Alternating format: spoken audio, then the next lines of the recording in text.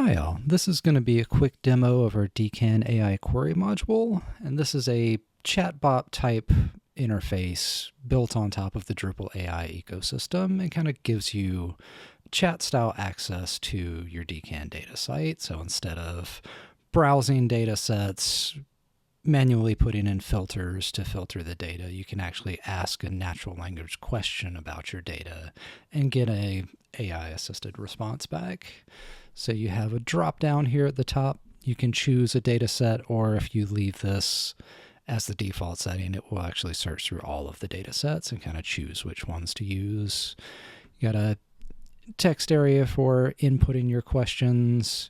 You can select which model you want to use to generate your answers from, and this is configurable via different providers in the admin interface here. So you can install any supported provider that works in the Drupal AI ecosystem and use a variety of different model providers with this, in addition to local models if you wanted to go that route.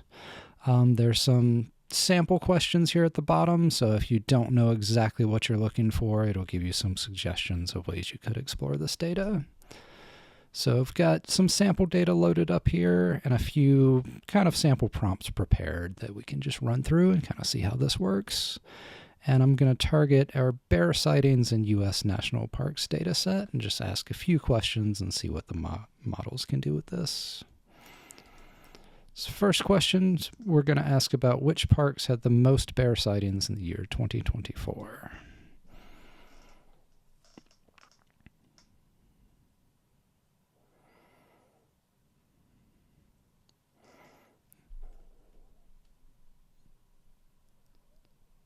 All right, so it looks like we do have a response back from the model, giving us the most sightings in certain parks.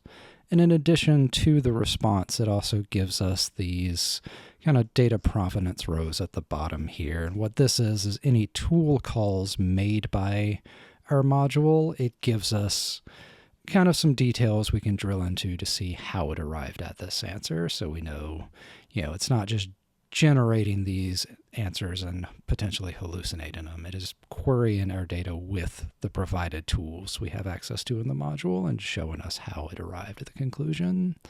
So you can drill into the details of what tools this model called.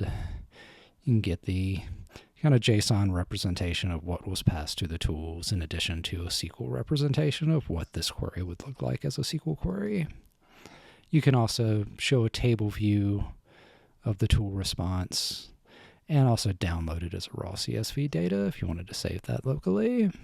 So this just gives you a way to track what the model is doing and really how it's arriving at these conclusions.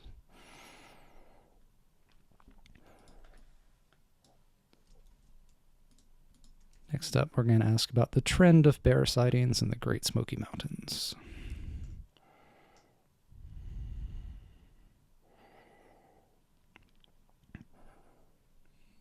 We're doing another data store query, and for this one, it both gave us a text response with a table and also gave us this chart showing the trend line over time.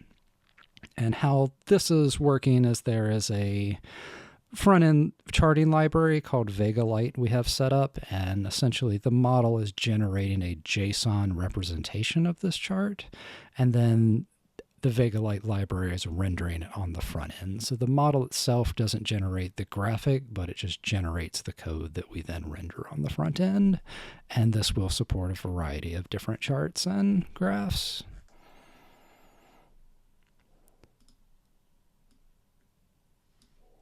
And next up, we're going to ask which region had the most sightings and which had the fewest.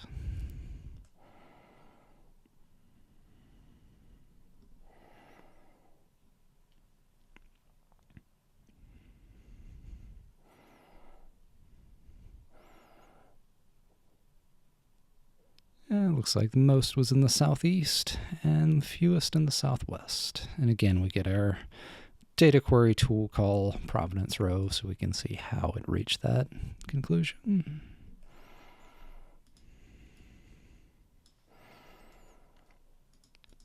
Next up, we'll ask what share of sightings comes from each species and see if it can display this data in a pie chart.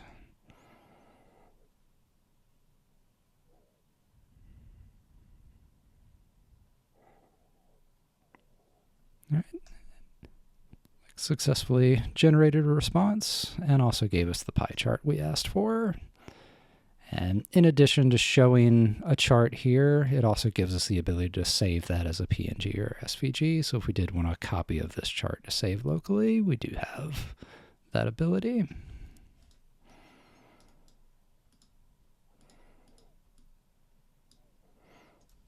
Last question, we're going to ask, what is the average weight of the bears in these sightings?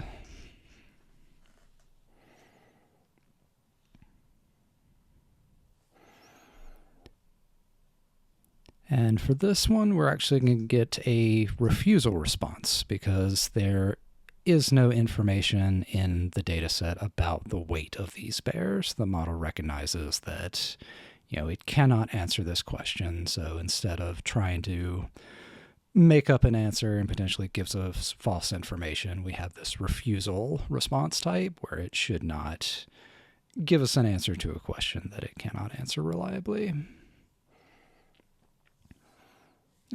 I think that's about all the features to demo here. Thanks for watching all, and definitely hope to do a few more of these videos soon.